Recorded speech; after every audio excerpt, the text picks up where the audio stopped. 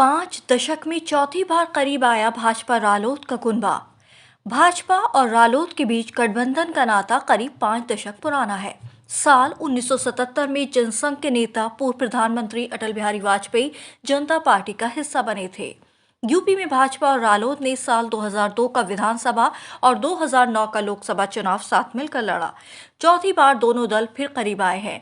Emergency के बाद किसान मसीहा चौधरी चरण सिंह के नेतृत्व में जनता पार्टी का गठन किया गया। तब जनसंघ भी जनता पार्टी का हिस्सा बने था। भारतीय किसान दल के सिंबल पर दिवंगत प्रधानमंत्री अटल बिहारी वाजपेयी चुनाव जीते थे, लेकिन इसके बाद दोनों दलों की राह जुदा हो गई। जनसंघ से भाजपा बनी और भारतीय किसान दल से रालोद का गठन हुआ। साल 2002 में भाजपा रालोद का यूपी विधानसभा के चुनाव में गठबंधन हुआ। रालोद ने अपने हिस्से में आई सभी 14 सीटों पर जीत दर्ज की, लेकिन चुनाव के बाद दोनों दलों की राह फिर अलग हो गई। लेकिन 2009 के लोकसभा चुनाव में फिर गठबंधन हुआ। भाजपा ने रालोद को 7 सीटें दी थी, जिसमें से 5 पर रालोद ने जीत दर्ज की। केंद्र में कांग्रेस की सरकार बनी और करीब 2.5 साल बाद रालोद भी सरकार का हिस्सा बन गए। चौधरी अजीत सिंह को केंद्रीय उड्डयन मंत्री बनाया गया था।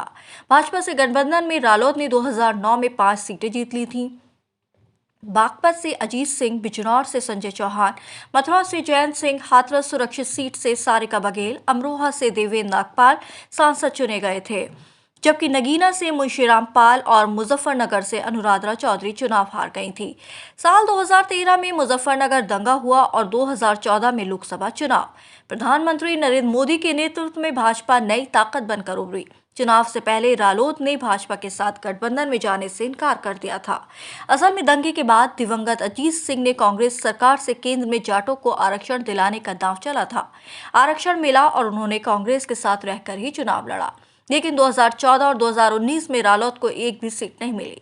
2017 के विधानसभा चुनाव में सिर्फ छपरोली में सहेंद्र सिंह रमाला जीते थे।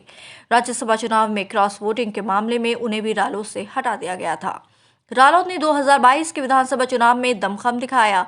सपा के साथ गठबंधन में पश्चिमी यूपी की 9 सीटों पर जीत दर्ज की। इसमें मुजफ्फरनगर जिले में मिली सियासी कामयाबी को बेहद अहम माना गया। सदर सीट को छोड़कर 4 सीटों पर वर्तमान में रालोद के विधायक हैं और 1 सीट पर सपा के पंकज मलिक चुनाव जीते थे।